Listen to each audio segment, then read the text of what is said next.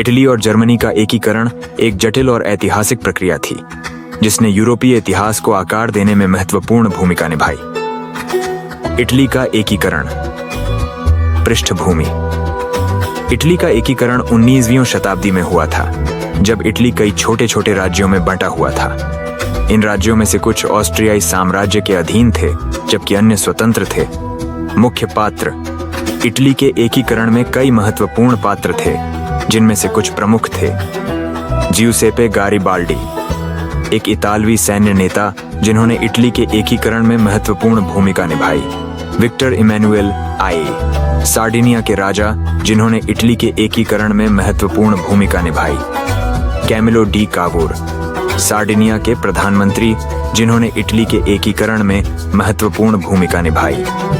एकीकरण की प्रक्रिया। इटली का एकीकरण एक जटिल प्रक्रिया थी जिसमें कई चरण शामिल थे। 1. सार्डिनिया की सेना का गठन। जियुसेप्पे गारिबाल्डी ने सार्डिनिया की सेना का गठन किया और ऑस्ट्रियाई साम्राज्य के खिलाफ लड़ाई लड़ी। 2. पीडमोंतेसे सेना की जीत। सार्डिनिया की सेना ने ऑस्ट्रियाई साम्राज्य के खिलाफ कई लड़ाइयां जीतीं और इटली के एकीकरण में महत्वपूर्ण भूमिका निभाई। 3. इटली का एकीकरण। 1851 में विक्टर इमैनुएल टावाई को इटली का पहला राजा घोषित किया गया और इटली का एकीकरण पूरा हुआ। जर्मनी का एकीकरण। पृष्ठभूमि। जर्मनी का एकीकरण 19वीं शताब्दी में हुआ था, जब जर्मनी कई छोटे छोटे राज्यों में बंटा हुआ था। इन राज्यों में से कुछ ऑस्ट्रियाई साम्राज्य के अधीन थे, जबकि अन्य स्वतंत्र थे। मुख्य पात्र। जर्मनी के एकीकरण में कई महत्वपूर्ण पात्र थे, जिनमें से कुछ प्रमुख थे।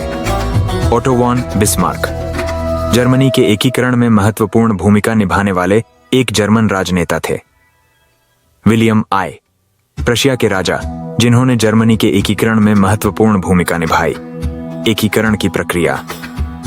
जर्मनी का एकीकरण एक जटिल प्रक्रिया थी जिसमें कई चरण शामिल थे। 1. प्रशिया की सेना का गठन। ओटो वॉन बिस्मार्क ने प्रशिया की सेना का गठन किया और ऑस्ट्रियाई साम्राज्य के खिलाफ लड़ाई लड़ी। 2. प्रशिया की जीत। प्रशिया की सेना ने ऑस्ट्रियाई